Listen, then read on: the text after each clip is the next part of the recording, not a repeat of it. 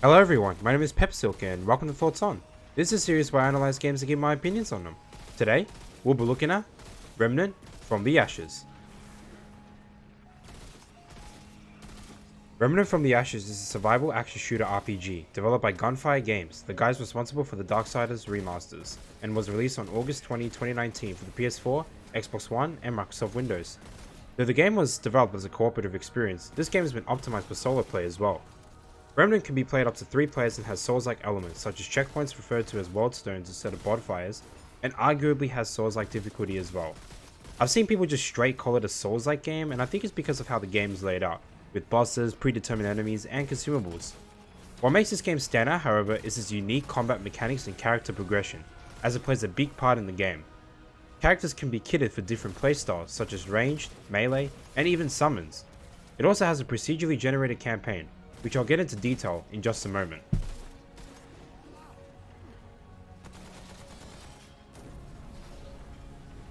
Now, I'm not really a fan of this game because of its story, but I find it to be decent. Nothing too special for me personally. Basically, the game is set in a post-apocalyptic world where humanity has been overrun by the Root, a demon race of monstrous creatures. You play as a hunter who sets him/herself on a journey to find the founder of the Root, fighting deadly enemies, epic bosses, and traveling to different realms and realities in an attempt to rebuild and retake what has been lost. The campaign works like this. It follows the same story structure, but the maps you go to are going to be procedurally generated for every person. This means you'll be encountering different enemies, characters, events, bosses, items, and routes. You'll be encountering many characters in Remnant, from humans to creatures. They will help you on your journey to stopping the Root, from selling items to upgrading your gear, giving you materials and rewards, depending on whether you purchase or complete a task for them. There's too many characters to show and name, like I usually do with my other Thoughts On series. I'll highlighting the characters and stuff. So I won't bother doing that on this because there's just too many to show.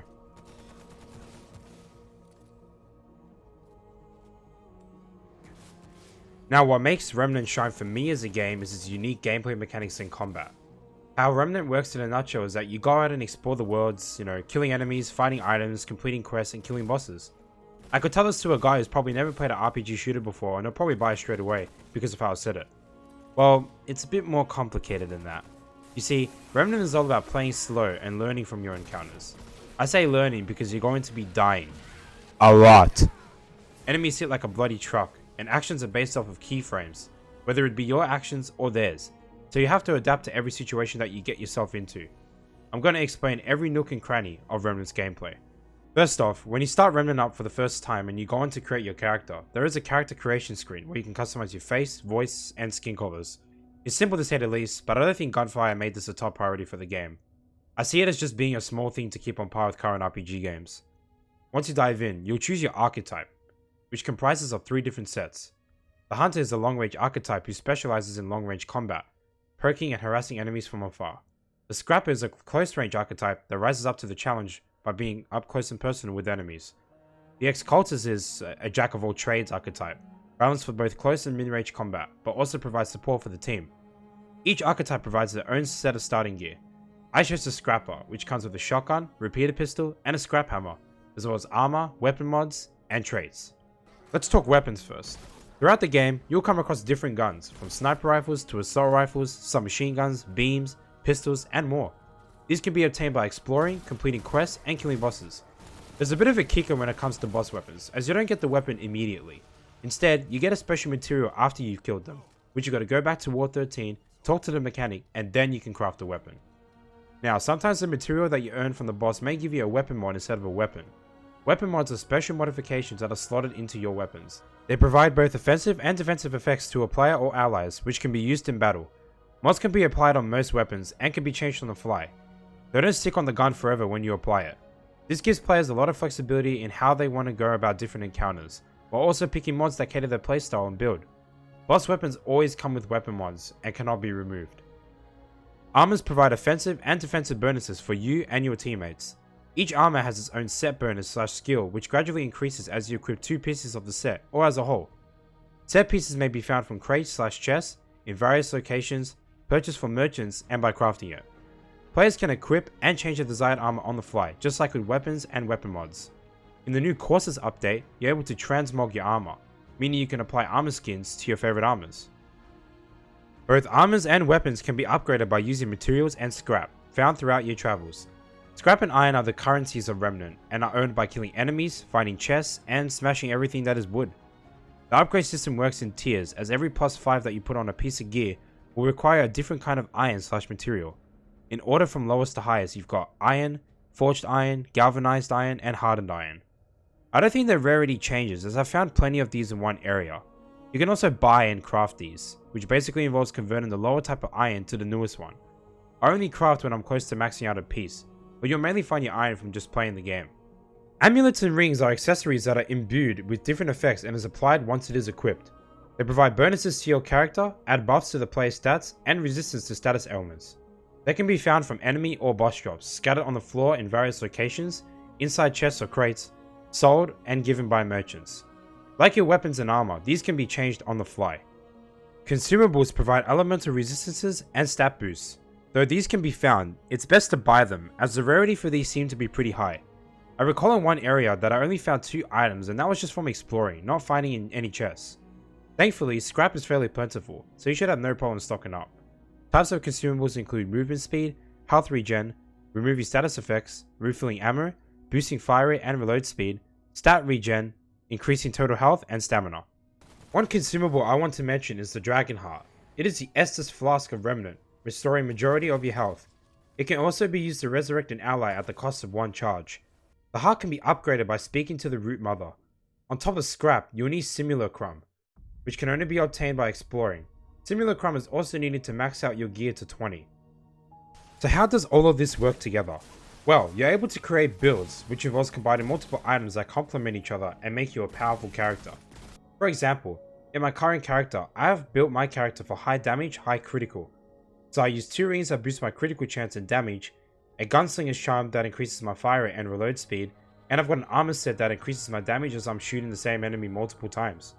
It's not the ideal armor that I want, but it works pretty well on hard difficulty for the most part, and I haven't had too many problems with it. I'm trying to find the last piece of this armor set that I have, but I gotta keep re-rolling until I get the same event again. I like to think of combat in this game as easy to learn, hard to master.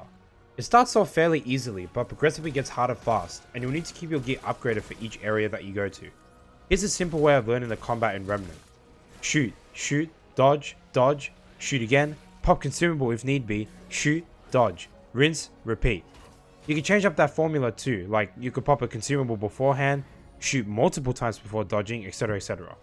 Enemies will have all kinds of moves, from melee to ranged attacks, shotguns, scythes, axes, death screams, and more. I forgot to detail the world stones. They essentially act as a checkpoint for the zone that you're in, and refills ammunition and health. However, any enemies you killed before you touch the stone will respawn again. So if I was to clear an entire zone, go back to the stone and use it, all the same enemies will respawn again. If you die while clearing out a zone, you'll respawn at the same stone, and all enemies will respawn again as well. Status effects can impair your character in different ways. For example, being infected will cause you to randomly cough, and being fully radiated reduces your stamina by 50%. Make sure to have the resistance items stocked up so you can pop them when you need to.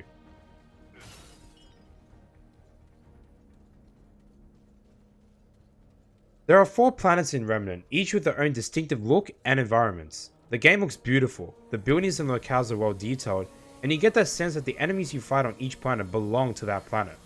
Courses, for example, is a swamp packed with lots of green foliage and trees. It further states to this by having enemies spawned in from the ground and made to look similar to swamp monsters, which I think is a good attention to detail. Earth is probably my least favorite, as I'm not really a fan of the color palette, but I can see the design that they were going for here. I just don't like the cloudy skies and the greyish kind of color, it just doesn't look that good to me.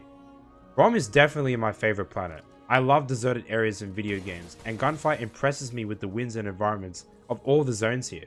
When I see it, I think of Rome as a place that is inhabited with tribals and creepy monsters. Yaesha is the last planet to talk about, and it looks very fantasy-like with the greenish atmosphere, treetop villages, and structures. Now in terms of performance, this game is well optimized, and I didn't run into any stuttering or frame dip issues, managing way over 120 FPS with low shadows, high anti-aliasing, medium post-processing, and high textures on my GTX 1060. It doesn't get too hectic in most scenarios, so frame dips shouldn't be that big of an issue.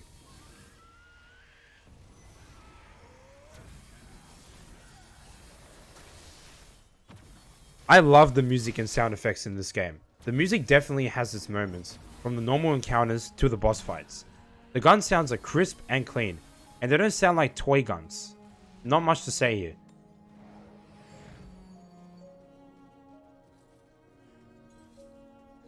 Remnant from the Ashes is such a fun game to play, even with its difficulty.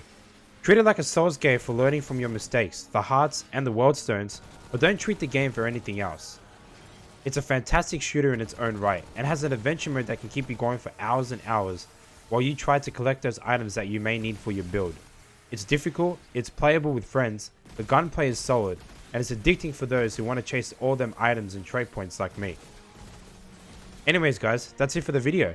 If you enjoyed, like the video. If I missed anything, comment down below, subscribe for more, and don't forget to turn the bell notification on to know when I upload a new video.